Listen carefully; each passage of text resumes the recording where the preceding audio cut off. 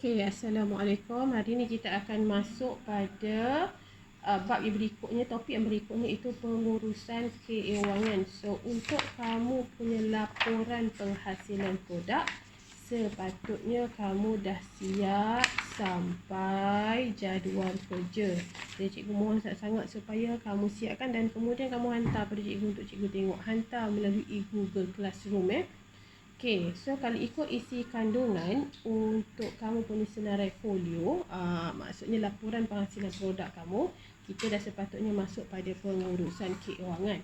So sebelum kita masuk pada pengurusan keuangan, cikgu nak recall sedikit bab pada tingkatan 1 sebab dia ada kena mengena kait mengait. Minggu lepas cikgu dah pesan untuk sediakan jadual kerja. So jadual kerja ni kalau ikutkan dalam arti kata lain, jadual kerja ni kamu akan disediakan dia dalam bentuk carta gan. Okey, carta gan ni kalau kamu tengok pada buku teks muka surat 113, ini adalah carta gan lah, di mana dalam cartagan tersebut, okey, jadual tu kamu akan bahagikan dia tadi. Sini adalah bilangan. Okey, lepas tu kita ada dekat sini aktiviti. Okey, kamu senaraikan apa aktiviti kamu tadi, 1, 2, 3, 4, berapalah. Okey, aktiviti kamu. Dan kemudian kita ada minggu dekat sini. Kat sini kita ada minggu 1, 2, 3, 4, 5, 6 dan seterusnya lah. Okey, kat sini kita ada bahagian minggu. Okey, walaupun cikgu suruh kamu tik saja ikut pada muka surat 113 tu, tapi cikgu nak explain juga apakah itu jadual kerja dan apakah kepentingan jadual kerja ni dalam membuat laporan dan juga penghasilan produk. Okey, ada 5 garis panduan. 5 garis panduan yang kamu nak kena ikut apabila buat merancang jadual kerja ni. Okey, kita tengok kat sini apakah kepentingan jadual kerja. Kepentingan jadual kerja ni dia dah cakap dekat sini. Perancangan aktiviti. Dia adalah sebenarnya perancangan aktiviti yang dipersembahkan dalam bentuk jadual dan terdapat 5. Okey, terdapat 5 garis panduan. Yang pertama adalah menentukan aktiviti yang perlu ada di dalam jadual. So, bila dia kata menentukan aktiviti yang perlu ada di dalam jadual, dekat sini kamu boleh rujuklah pada muka surat 113 tu. Okey, dalam strategi pertama, dia cakap apa? Penerangan keperluan pelanggan kepada mereka bentuk. Dalam arti kata lain, ini adalah datang daripada kamu punya kajian keperluan pelanggan. Ni datang daripada sini. So kamu tiklah, ini kita buat sepatutnya minggu pertama saja, sebab kajian keperluan pelanggan ni kamu hanya perlu menyediakan borang, kamu tulis kamu punya tajuk produk, detailkan sedikit, lepas tu kamu bagi pada pelanggan untuk jawab, bagi feedback. Okey, itu aktiviti yang pertama. Aktiviti yang kedua adalah perbincangan konsep bersama pelanggan. Okey, lepas tu kamu bincangkan konsep. Dia suka konsep yang macam mana. Okey, itu kita namakan sebagai project brief.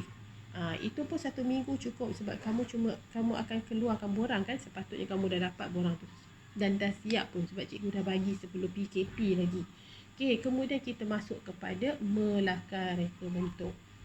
Yang melakar reka bentuk ni lah yang kamu akan kena buat perkembangan idea. Okey, lakaran perkembangan idea mesti bagi 4, termasuk lakaran yang dipilih. Selepas kamu dah buat melakar reka bentuk, dah buat lakaran perkembangan idea, kamu kena buat apa pula? Kamu kena buat lakaran bermaklumat. Ini adalah aktiviti dan seterusnya. So ini dinamakan sebagai aktiviti. Pertama, menentukan aktiviti yang perlu ada di dalam jadual. Menganggarkan sumber yang diperlukan untuk setiap aktiviti. Kamu kena tahu sumber dia apa yang kamu nak sumber dari segi tenaga kerja, dari segi material, okey, menganggarkan sumber. Kemudian kita ada menganggarkan kos dan menyediakan bajet bagi projek. So ini yang kita namakan pada yang kamu nak buat nanti, projek keuangan. So projek keuangan ni tadi kamu akan gunakan konsep apa? Kita akan guna pakai konsep SMART. Kejap lagi kita sentuh yang ini, konsep SMART. Okey, lepas tu kamu kena menyusun aktiviti mengikut keutamaan. Tak boleh menghentam je kejap. Okey, itu sebab cikgu kata dia bukan buat produk dulu. Okey, kalau kamu buat produk dulu, maksudnya kamu dah terkeluar daripada perancangan. Dia mesti ikut flow dia step by step. Okey, dan akhir sekali menganggarkan tempoh masa untuk melaksanakan setiap aktiviti. Yang dia buat minggu ni kamu tik tu, maksudnya kamu mesti ada dalam tempoh. Kalau kamu kata minggu pertama siap kajian keperluan pelanggan, mesti siap kajian keperluan pelanggan. Tak boleh masuk minggu yang kedua. Okey, kita kena ikut time frame. So bila ikut time frame, barulah kerja kamu tu tidak tergendala dan memakan masa lebih panjang. Perlu diingatkan, lagi panjang masa yang kamu pakai, lagi banyak kos yang kamu akan keluarkan. Okey, so itu dari segi merancang jadual kerja. Jadi kita nak tengok sekarang penyediaan anggaran kos. Kita dah masuk pada apa tadi cikgu sebut? Pengurusan keuangan. Okay, kita dah nak masuk pengurusan keuangan. Okay, cikgu nak tukar mata pen ni, tebal sangat. Okay.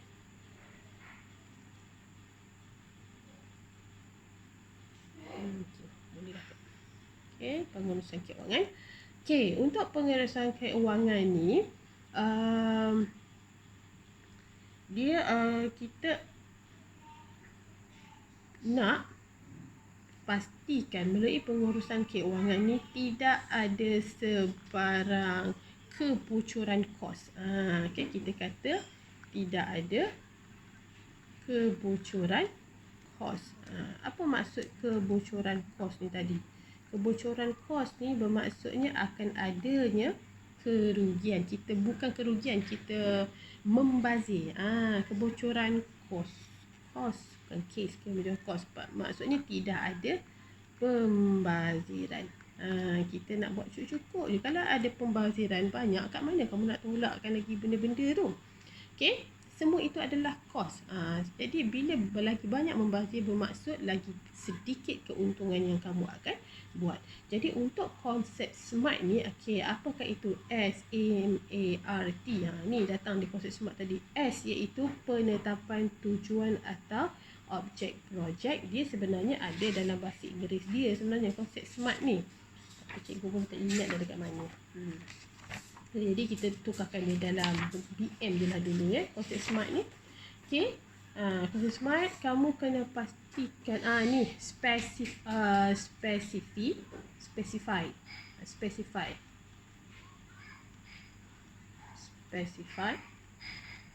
measurable, boleh diukur. Measurable maksudnya boleh diukur. Attainable,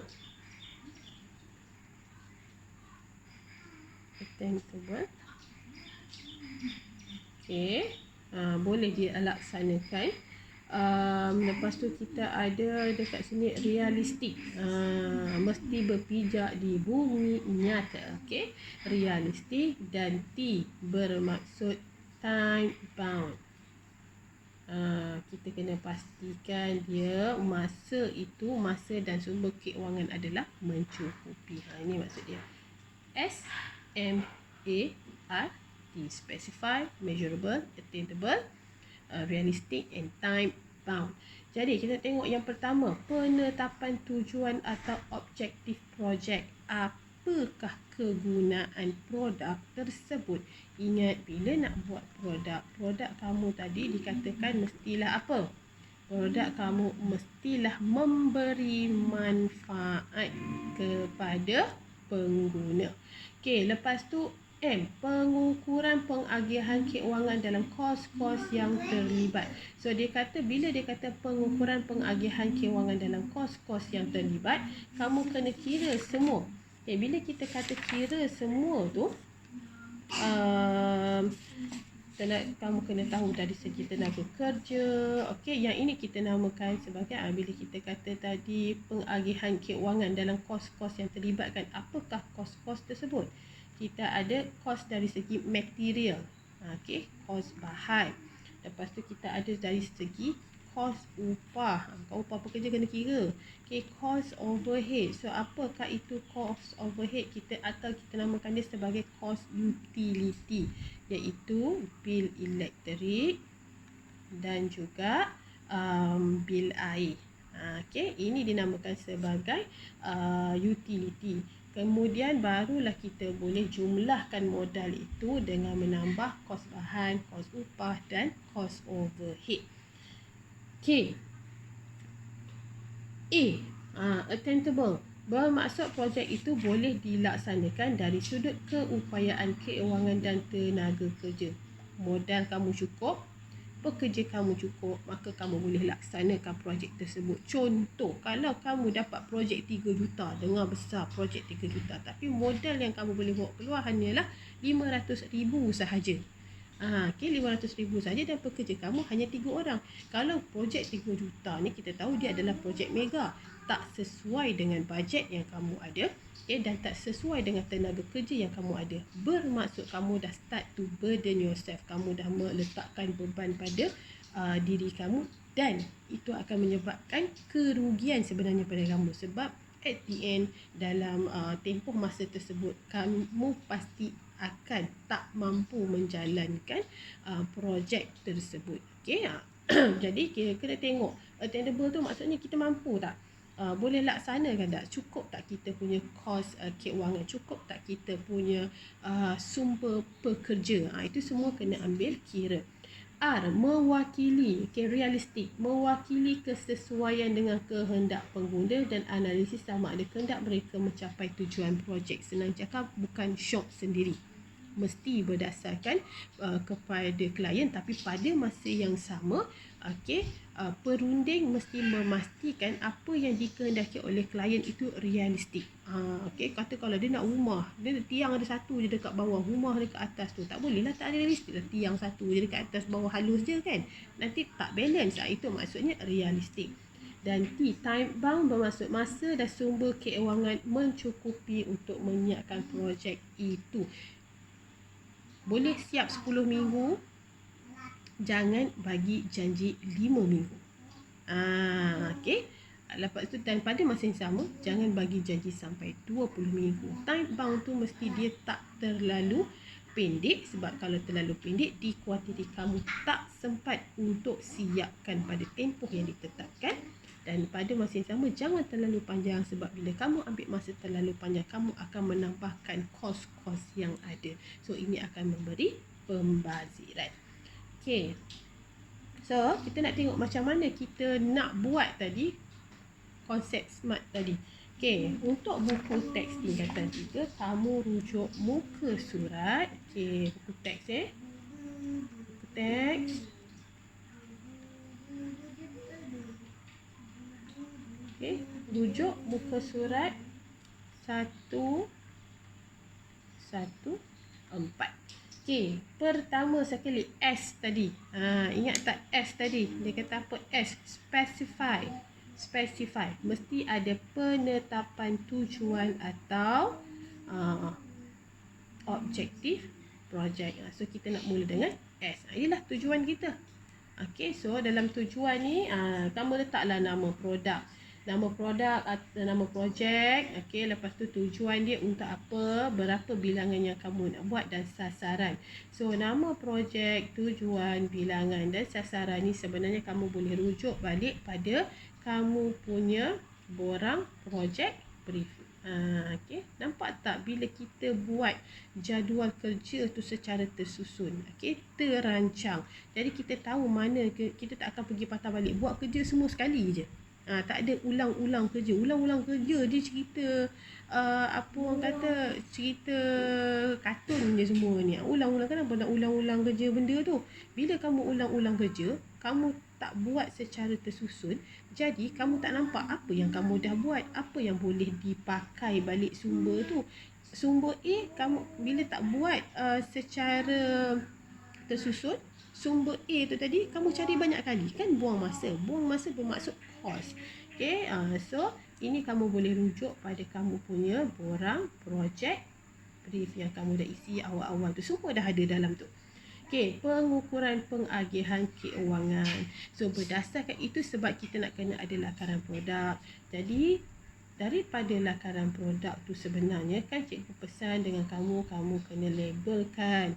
Okay, dan kalau ikut lakaran produk bermaklumat tu, selain daripada kamu kena letak saiz bahan, kamu kena letak saiz, prinsip, konsep, elemen, kamu juga perlu letakkan apa? Kamu perlu letakkan senaraikan bahan. Sebab senarai bahan ni nanti kamu akan bawa masuk dalam projek kamu, dalam pengurusan keuangan. So kamu list down kan. Okay, list down kan kuantiti dia berapa, kos unit berapa, jumlah berapa. Okay, contoh kalau kamu nak pakai kain. Ni contoh ya, kain. Katalah kamu nak pakai kain. Bahan yang pertama adalah kain. Bila kita kata kain tu, bukan kamu kira 1 meter, 2 meter macam tu. Okay, contoh kalau kamu nak buat bag. Bag tu sebenarnya memerlukan berapa meter? Setengah meter. So, kalau bag tu memerlukan setengah meter, kamu nak buat berapa bag? Okay, katakanlah sini. Kita letak sini bahan. Okay, dekat sini adalah kuantiti. Okay, kuantiti yang diperlukan tadi. Lepas tu kita ada kos seunit. Kos seunit. Okay, baru kita jumlahkan.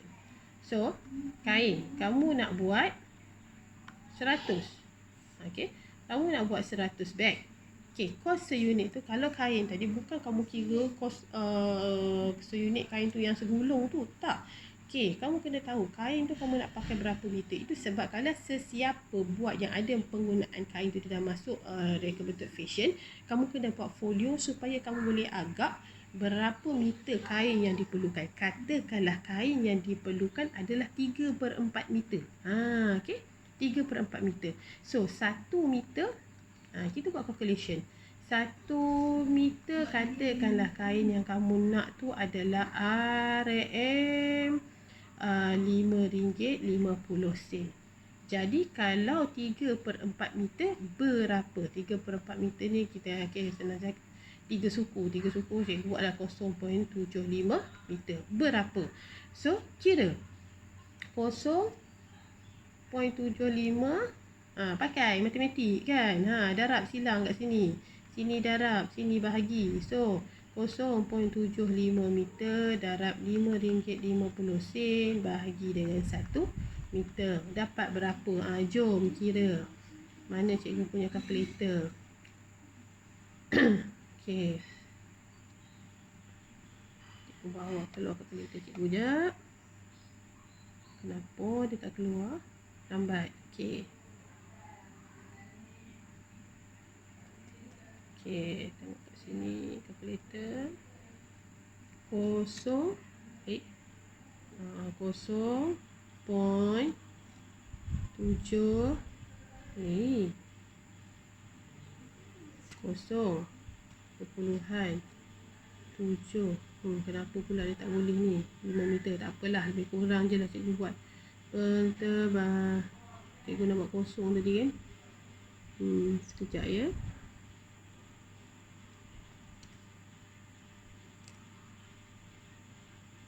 Dapat 0.75 meter. Okay, 0.75 meter kali RM5.50. Okay, bagi 1 meter tu tak payah. So berapa kita dapat? RM4. Kita bundarkanlah RM4.15.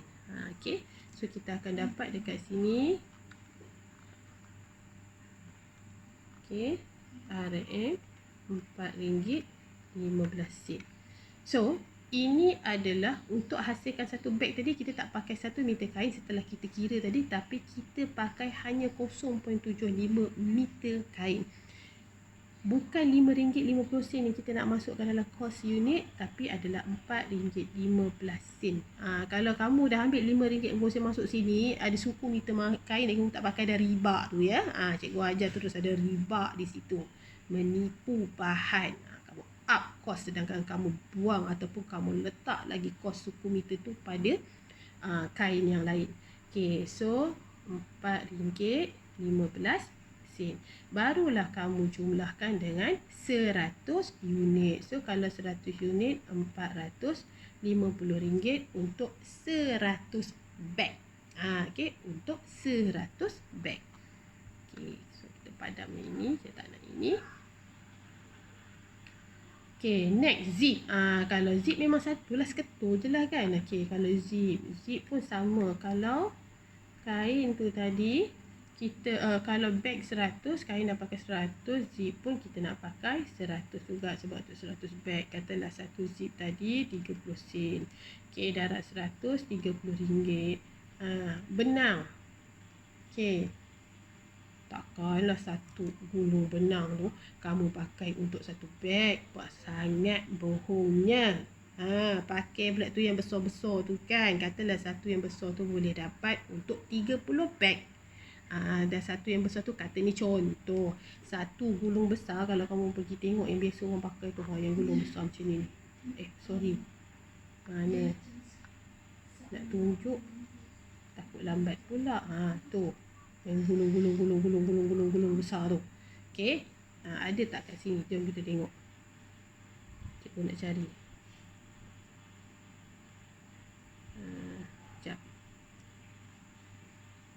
Image. Search image.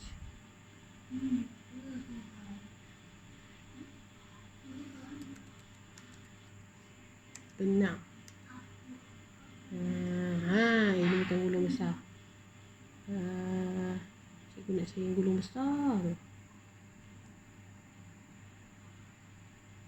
Ada tak gulung besar kat sini? Tak ada pun tak. Nampak? Ni.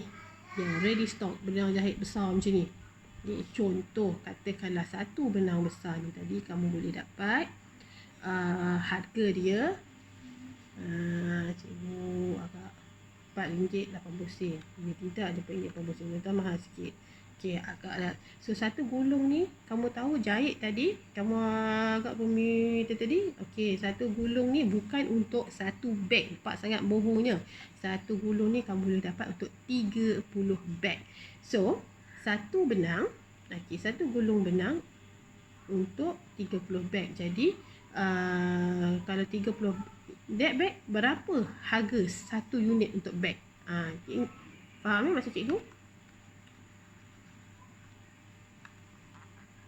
30 beg perlukan satu gulung benang yang harga dia RM4.80. Jadi, kalau satu beg sahaja, maksudnya 1 kali RM4.80 bahagi dengan 30 beg. Okey, berapa? Kita kira RM4.80.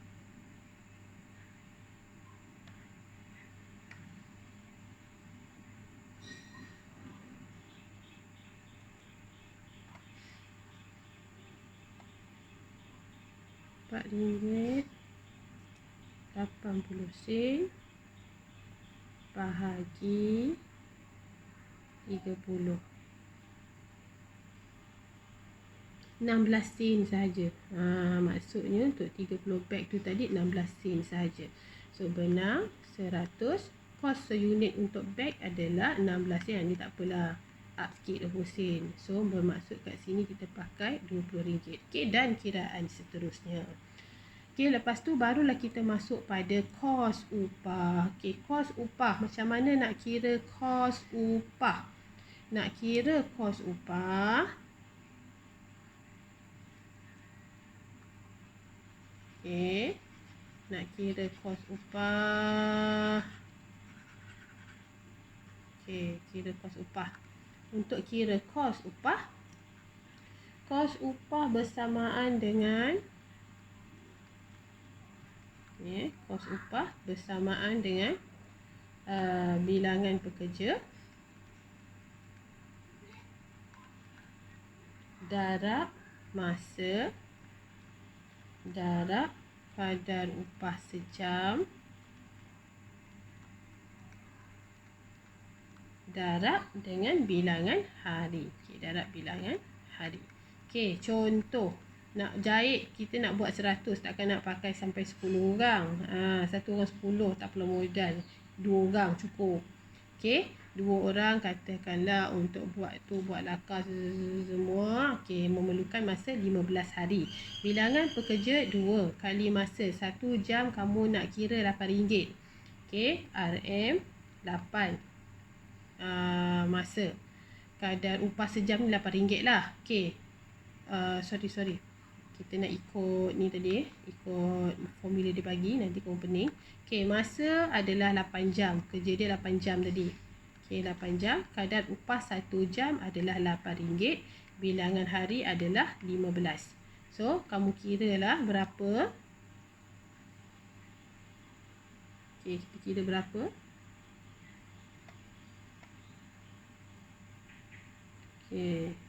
Nak kira.